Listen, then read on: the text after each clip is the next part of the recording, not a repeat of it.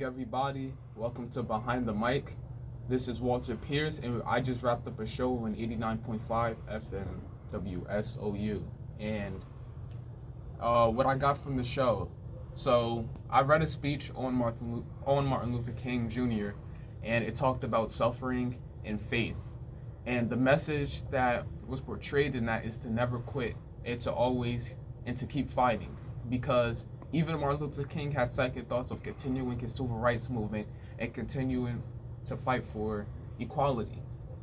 But he had a lot of issues going on with his house being bombed twice, almost being stabbed. I mean, being stabbed but almost dying, and being arrested. And somebody who goes through that is not it's not uncommon for them not to want to quit a movement, but he every time he had thoughts about that, his strength and determination will come back, and he will want to keep fighting and keep pushing through. So for young people or even older people out there that's trying to either achieve or that's going through something, make sure that you keep fighting and to remember why are you doing that. And that led me into my definition of suffering, which just refers to what I just talked about. Suffering could be good and bad.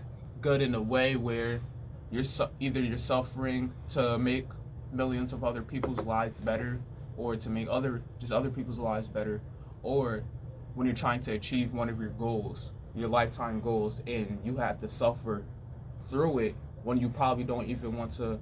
You gotta practice on it every day. You gotta work on it every day, and you might suffer and not want to quit, but that determination comes back to you, and then you keep pushing through.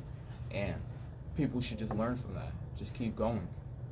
And then we went into Dr. D's, which talked about alcoholism.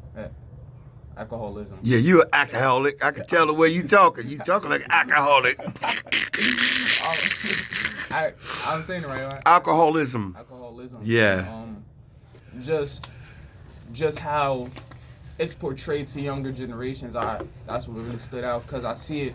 It's always you always had like Buffalo Wild Wings, like one of these companies always promoting these drinks, and you got these alcoholic beverages commercials being put on children's stations, talking about vodka and all this. I'm like, oh, like on little kids' stations, what they watch, and that being portrayed. That's something I related to, because I see that a lot. Yeah, alcohol being glamorized. Yeah, exactly. Like it's a real cool thing. But one of the things that was interesting about the particular article is that senior citizens are becoming alcoholics due to depression and loneliness. Yes, and And nobody is like really checking on them to even know to find out. And the dangerous aspect of that is the fact that they are taking medications as well.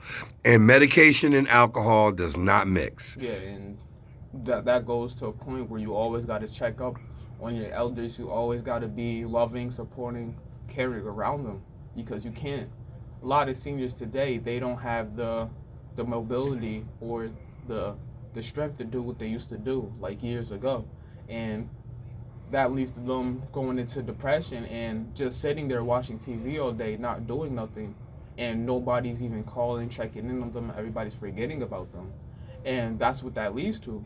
So people really need to comfort your grandparents, comfort your elders, always check in on them, and even take them out sometimes. There's nothing wrong with taking them out for like either dinner or to a show. They'll enjoy that type of stuff, and it's something that's gonna have to change, cause I do notice it, like elders being just forgotten about, and we shouldn't forget about them because of their contribution that they contributed to this country and they contributed to the world. Yeah. You gotta always be with them. And Yeah. Finally, Arthur Schomburg. Have you ever heard of the Schomburg Center in Harlem? hmm Okay, yeah. Yeah, he was a Puerto Rican, but he realized that the diaspora, which is all of us, have a African Caribbean connection that connects us all back to Africa. Yeah, and I see a lot of people, they try to separate like people who are like who originate from Africa, but like for example Haitian or Jamaican, they try to separate themselves from Africans, and I'm just like, well, that's where you came from. When you came from Africa, and then your people ended up where they are now in like Jamaica or Haiti, they try to like separate themselves, which doesn't make really sense.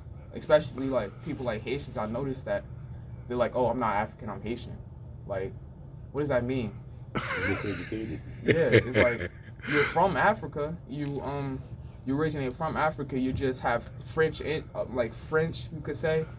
Yeah, that's their language that they speak, and they were just ruled by French, and then they ended up overthrowing them and ruling them, and they would just separate themselves. Well, they're not the only ones. The saying goes, we all came over on boats, but we all got dropped off in different spots. Exactly. That's right. You know, and that's what a lot of people fail to recognize.